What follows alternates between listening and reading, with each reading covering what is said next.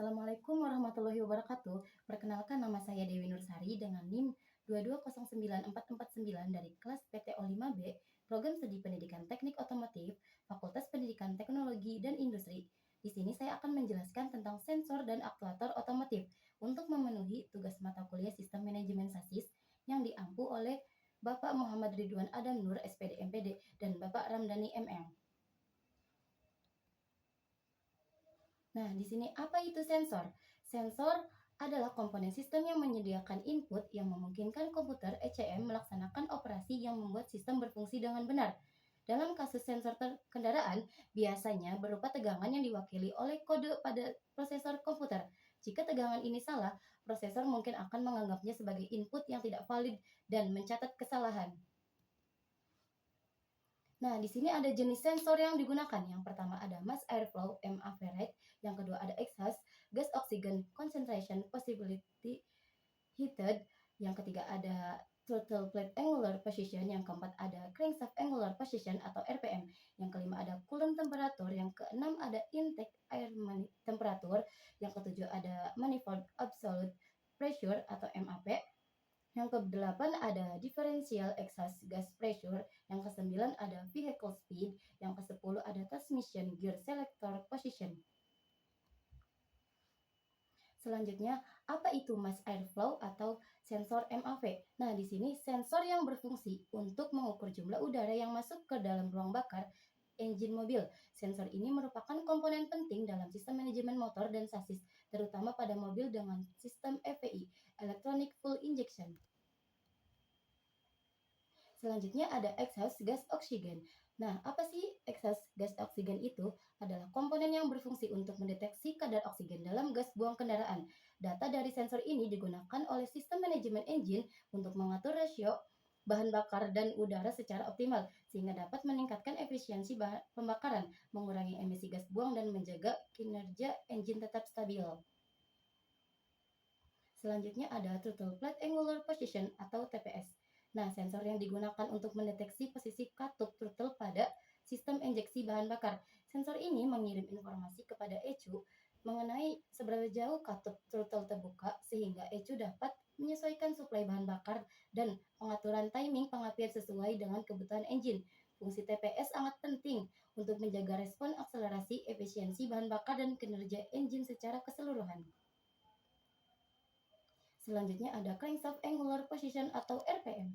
Nah, sensor ini berfungsi untuk mendeteksi posisi sudut dan kecepatan ke ECU untuk mengatur waktu pengapian, ignition timing, dan penyemprotan bahan bakar secara akurat. Sensor ini sangat penting untuk memastikan sinkronisasi antar pembakaran dan gerakan piston yang mendukung efisiensi engine dan kinerja yang optimal. Selanjutnya ada coolant temperature sensor atau CTS. Sensor yang berfungsi untuk mengukur suhu cairan pendingin dalam sistem pendingin engine. Data yang diperoleh sensor ini dikirimkan ke ECU untuk mengatur berbagai fungsi engine, seperti campuran bahan bakar dan udara, timing pengapian, dan aktivasi kipas pendingin. Fungsi CTS sangat penting untuk mencegah overheating, menjaga efisiensi pembakaran, dan memastikan kinerja engine tetap optimal pada suhu yang ideal. Selanjutnya ada manifold absolute pressure atau sensor MAP. Nah, komponen dalam sistem manajemen engine yang berfungsi untuk mengukur tekanan udara di dalam intake manifold mesin. Data ini digunakan oleh engine control unit ECU untuk menghitung jumlah udara yang masuk ke mesin dan menentukan rasio campuran udara bahan bakar yang optimal untuk pembakaran. Selanjutnya ada intake air temperature atau IAT. Nah, komponen digunakan dalam sistem manajemen mesin untuk mengukur suhu udara yang masuk ke dalam intake manifold engine.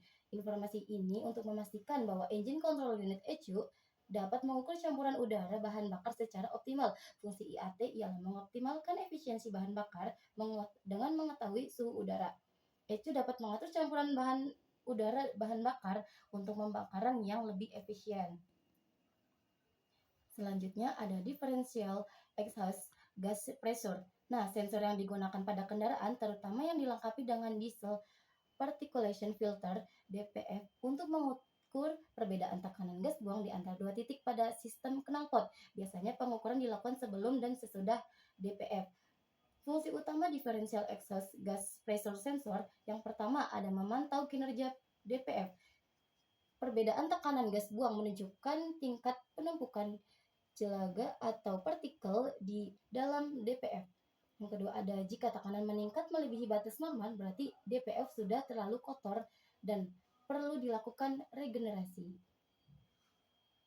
Nah, sensor yang digunakan selanjutnya ada vehicle speed, yaitu sensor yang digunakan untuk mengukur kecepatan kendaraan. Data dari sensor ini dikirimkan ke engine control unit (ECU) dan sistem lain pada kendaraan untuk berbagai tujuan, seperti pengendalian engine, transmisi, dan fitur keselamatan.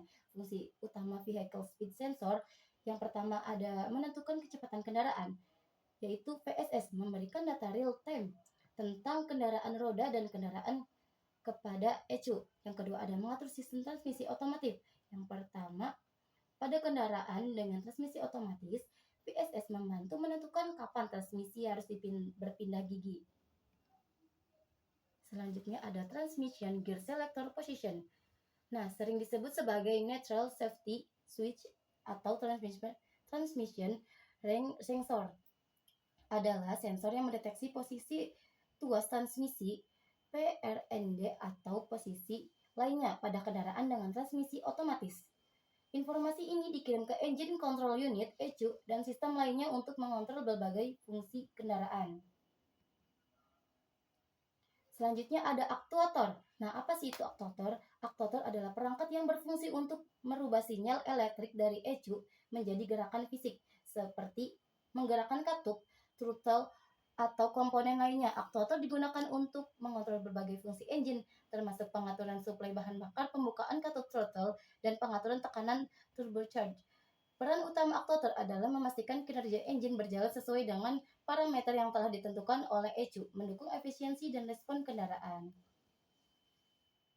Nah, selanjutnya ada jenis aktuator yang digunakan. Yang pertama ada motorized actuators, yang kedua ada engine control actuator, yang ketiga ada solenoid actuator. Nah, solenoid actuator. Nah, jenis aktuator yang digunakan solenoid yaitu kumparan kawat listrik yang menghasilkan medan magnet ketika dialiri arus untuk menggerakkan komponen mekanis. Aktuator ini biasanya digunakan untuk mengontrol aliran fluida udara atau gerakan mekanis pada berbagai sistem.